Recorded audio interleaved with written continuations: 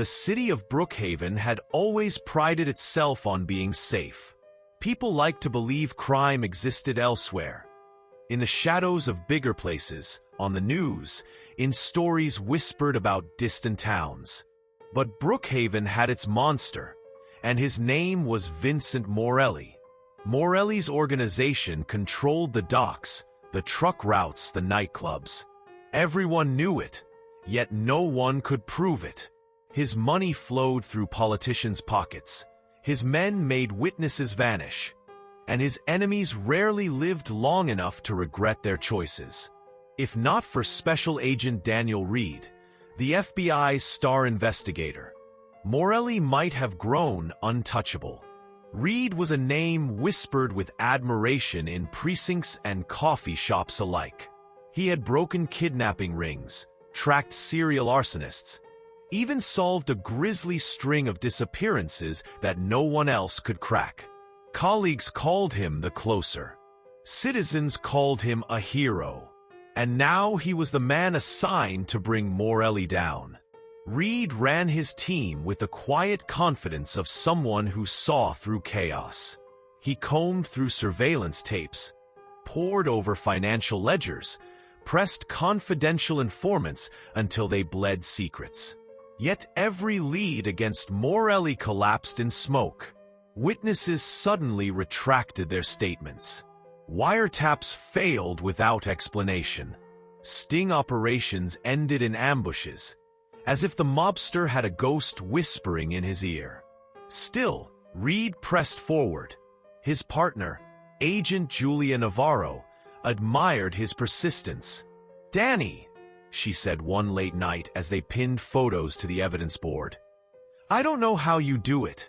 Every time we're a step behind, you just keep going. Doesn't it eat at you?" Reed smiled faintly, eyes tracing the faces of Morelli's men on the wall. "It eats at me," he admitted. "But you learn to live with the hunger." A routine traffic stop changed everything. A low-level Morelli enforcer panicked, opened fire, and was shot before he could flee. In his trunk, agents found ledgers, coded notes, cash drop locations, and payoff amounts. For the first time, the FBI had a thread to pull.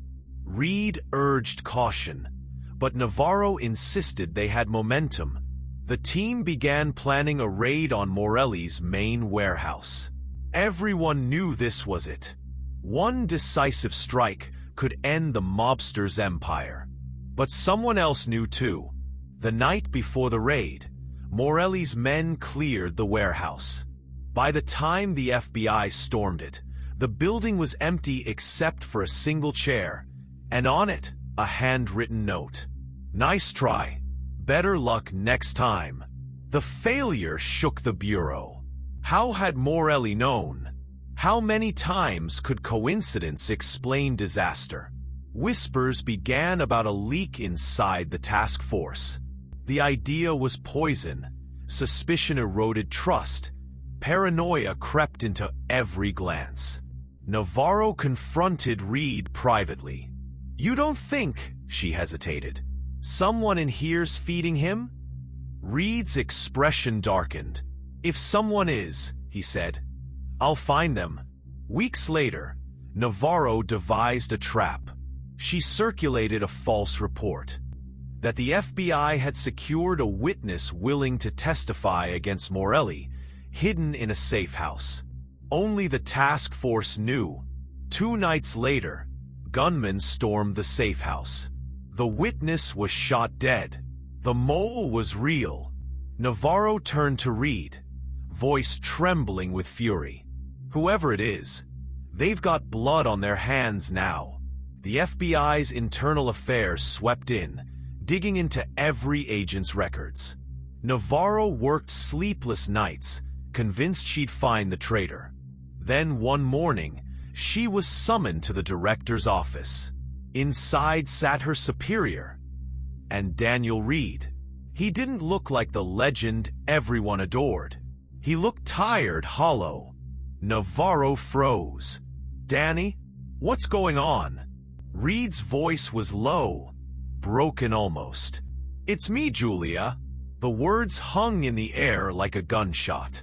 He confessed. For years, Reed had been Morelli's insurance. Early in his career, he'd crossed paths with the mobster during an undercover sting gone wrong. Morelli had spared his life, on the condition Reed became his man inside the bureau.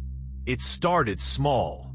A file delayed here, a lead misplaced there. But it grew, and the deeper Reed sank, the more impossible it became to crawl out. "I told myself I was protecting people," Reed whispered, his eyes wet. "That if I gave him crumbs, I could keep him from killing anyone else. But that was a lie. Every choice." I just sank further. Navarro's chest tightened. "All those cases you solved, was any of it real?" Reed looked at her, anguish carved into his face. "Every one of them. I gave everything I had to this job. But when it came to Morelli, I was his shadow." The news exploded.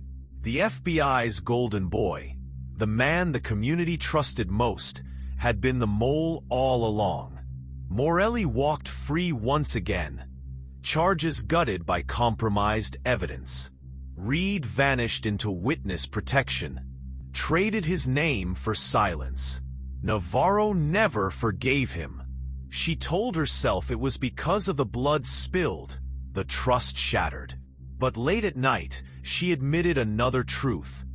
The betrayal cut deeper because she had believed in him, not just as a colleague, but as a friend. And somewhere, out there in another town, Daniel Reed lived with the weight of two legacies. The hero who closed cases, and the traitor who made sure the worst monster of them all would never see a cell.